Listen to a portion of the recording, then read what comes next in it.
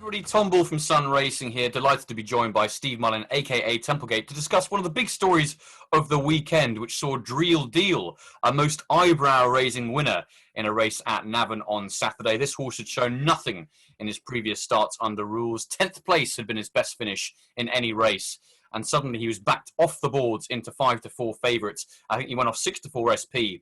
And absolutely bolted in. He missed the start, but didn't matter because he came around the outside of the field. It was a big field and absolutely hosed up. I mean, there's a lot of people who have Twitter, social media have been flying around about this saying, you know, it's pretty outrageous that this could be allowed to happen in this day and age. It's obviously been a plot job, etc., etc. Steve, what's your take on it? Do you think that it is a plot job? Do you think the trainer has done this with a big gamble in mind? And do you think that this is good for perception of racing? Or what's your take on it? Well, can you imagine what we'd be saying if he'd fallen at the first, like he nearly did after all that? And look, I mean, these things used to happen all the time, didn't they? I mean, the word Barney Curley isn't far from your mind when you see something like this. But this is the first one I can remember for a very long time, really, certainly several months. What you would say is it wouldn't take a lot of money to move a horse from 20-1 down in a race like that. And then once it started moving down, because the yard have landed gambles before, I imagine there was a lot of bandwagon jumping rather than, you know, a concerted effort. And also, he's had 12 runs. So, I mean, if it is a plot, I mean, it was a very long time coming. And, you know, maybe the horse has improved because it's been running on the flat. I mean, let's be generous and say that could be what's happened. In terms of perception of racing, yeah, I think that it'll be 50-50. There'll be half the people thinking, well, there you go, racing's bent. And the other half thinking, well, you know, let's get in on the gamble. And you know, it's probably not ideal. But, I mean, he hasn't done anything wrong, really, has he? I mean, it's a handicap system. The horse has been running over on the flat over different distances. I mean, what winds me up a hell of a lot more than things like this is when you see a horse run over a mile 10 times, come nowhere, and then win over a mile the next time when the money's down. I mean, that winds me up an awful lot more than things like this.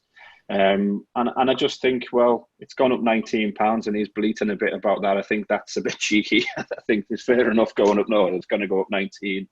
I just think, what else are you going to do as a small trainer and a small owner? I mean, how with the prize money, it's buttons, isn't it? What are you supposed to do? I mean, if we want people to have horses in training, this, I think, is a far better and more reasonable way, landing a gamble rather than backing and laying on exchanges, to me.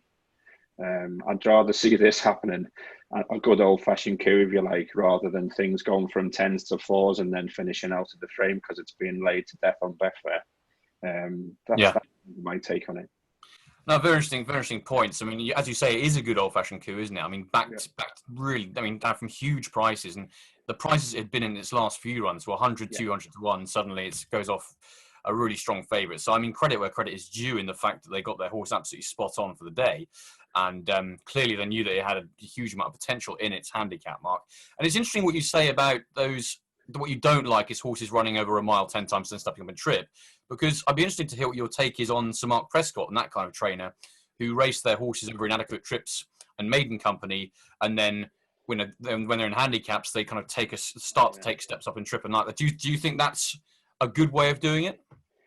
Well, if I was a trainer, I don't see, is there anything against the rules in doing that? No, nothing in the handicap system. That's the handicap system. I mean, that doesn't bother me either. I mean, what bothers me is when a horse runs over the same trip with the handbrake on and then wins again over that trip. That bothers me. I mean, if you've got any kind of knowledge at all of form in any way, you know, you can tell if a horse that's running over 6 furlongs, that should be over a mile and 6 furlongs. It's there, you know, it's in the open, and it's a bit hypocritical to complain about handicappers because some of the top horses in training run half the season 3/4 fit with a end of season target in mind, don't they? And we don't go, oh, you know, tut. For example, why Stradivarius running over a mile and a half when everyone knows it's a 2 miler? We don't complain about that. It's just all part of the things you factor in. And the way I look at it from that point of view, if this is the system we're going to have, i.e. handicapping, and you go up and down in the weights as has happened for hundreds of years, then how else are you going to do it? I mean, you could go to a system in America where they have more like claiming races where you kind of set your own weights and all the rest of it. But the way we have it is 3 runs or 2 runs at the moment for a handicap, Mark. you're not doing anything wrong. And a lot of the trainers who pretend to be never doing things like that are doing it just as much as Mark Prescott and others. So it's just part of the game. And really, well, I have some sympathy for that as well, because I mean, a friend of mine asked me how much it would cost to have a horse in training. And I said, well, probably about £25,000 a year. And that's for whether it's going to run in a Group 1 or run in a Class 7 handicap. So how on earth are you going to make that pay when the owner's cut of a handicap win is about £2,000? How are you going to do it other than, gambling? And I'd like to see, I like it when you gamble on them to win rather than laying them to lose. That's my kind of, maybe I'm old fashioned and out of date, but that's the way No, I see it more. absolutely. Yeah. No, very interesting what you say there. And I mean, some trainers have no choice, do they either? I mean, you look at some of the maiden hurdlers that are running Ireland, and these horses who are miles out the back because they know they're not good enough to win a race like that. Yeah. So they try and give them the best handicap mark possible for the future runs. And in some ways, there's nothing else trainers can do, is there? They have to kind of play to the rule book as much as they can and try and get ahead of it as much as they can. Because at the end of the day, if you've got smaller firepower like Mr. McNally has in Ireland, there's nothing much you can do, is there? No, and also you get punished for running well in races like that. I mean, if you put a horse out second time out, and it was, within 5 or 6 lengths of the winner, then you've ruined them for handicaps in many cases. So it's kind of encouraged, and that's the way it works. Unless we go to kind of the greyhound racing system where you have somebody at the tracks almost setting the handicap race by race. So you'd say horse X is rated 65 over a mile but rated 70 over 2 miles. So, unless you start doing things like that, this is the way it's going to work. And it's always worked like that. And I don't really see what you could do other than totally ripping up the rule book, if you like, and starting from scratch. And I don't know. I mean, in Ireland, they've tried to do that by really hammering. They seem to really hammer horses in Ireland when they win, don't they? They do, more than in the UK. And it seems very difficult to run up a sequence. But I mean, if you've got a very modest handicapper that might win 1 in 10 or 1 in 15, I just don't know how, as an owner, you could make it pay. Really, I really don't. Yeah. You have to wait a year for it to come down the handicap enough, don't you? Really? Yeah, almost. Exactly. I mean, that's the other thing. At least, again, I'll go back to greyhounds. They do move up and down the grades more. I know it's not to say it's a different sport and everything, but if you owned a greyhound for a year and it's got 4 legs, you will probably win a race or 2. Whereas if you own a horse, I mean, I don't know. I used to know the percentage of horses that never win a race, and it was a lot higher than I thought it was. So it's just one of those things, and I really don't have a big issue with old-fashioned gambles like that, if you like, especially as these days. I'd be amazed if it was more than a couple of £1,000 making that horse's price go from 20s to 2s. Yeah, absolutely. It's not like it's in a big meet. It's not like there's millions on. And, we haven't heard from any of the bookies saying we got our trousers taken down over it or anything. And the trainer himself said he only had a little dabble on it when he saw it, the price going. And I mean, yeah, it'd be so. It never looks good. But I mean, I've had one person mention that to me who was on Twitter. I've had 50 people moaning about the Derby. Oh, really? And there was absolutely nothing wrong with the way Serpentine won the Derby, but all my we watched 5 races a year. People were all like, "Well, what the hell was that?"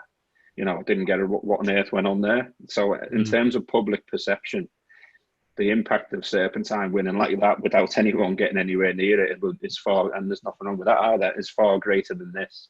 Yeah, it's a very good point. In my experience. Yeah, very good point. Because obviously that Irish race on Saturday, apart from the racing community, wouldn't have been seen by many. I mean, it was a race that was on racing TV, not ITV. Whereas, of course, as you say, Serpentine live on Derby Day in the biggest race of the year on the flat, arguably, doing something like that, as you say, is going to be much worse for racing. Yeah, and like I say, I mean, I did think it was quite funny how they were giggling in the studio because I don't know who it was who was presenting the program, but he was laughing all over the end of it because, I mean, what can you do? I mean, the trainer might want to have a word with the jockey and just say, maybe next time bring it through with a well-timed run or something, because it was like ridiculous, wasn't it? But I can't get too upset about it, to be honest. Although I can understand how people will, people who've studied the form for that race and had a bet on the second will be annoyed. But it's all part of it, I suppose. It's all part and parcel indeed, and the fact Yeah. that he still managed to win after nearly falling at the first hurdle was Yeah.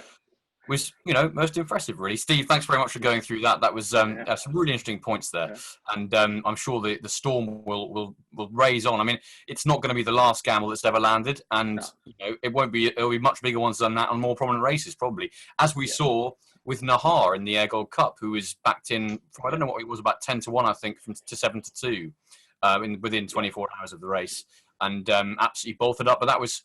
I mean, in that kind of race, a lot more things can go wrong, can't it? You've got 24, 25 runners, and as we saw, Nahar nearly didn't get a clear run. I mean, the fact that he did, we know he's a very, very good horse, a very well handicapped horse who is a group horse, in the making. But that kind of thing, you could argue that kind of gamble is as bad as is as notable as the Irish one, couldn't you?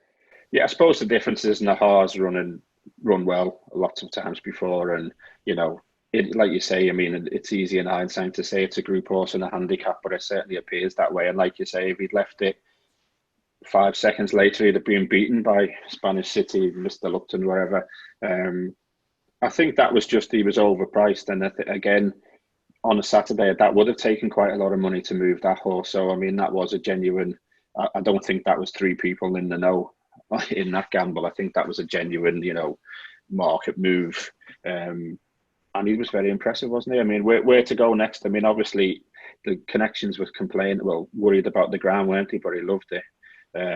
Handicaps are probably going to be out now. I mean, what will go up to now? 108 or something like that. I mean, it's going to have to go into group races, but it did look a group performance. I mean, you could, I suppose, say the fact that Spanish City was so close might crab the form a bit, but he has run really well in big races. I mean, I gave him a good word, and the one I fancied, Mr. Lupton, ran well as well. I was quite pleased he came, and even Soldier's Minute, which I put as the long shot, ran well. So apart from not winning, it wasn't too bad. I got the second, third, fourth, if you like, but I'm not sure it was a fantastic race. If you see like Kinrin and Arecibo were quite close, and they're always quite, but I think the way he did it was pretty impressive, and it's always more impressive when you see them come from the clouds, isn't it?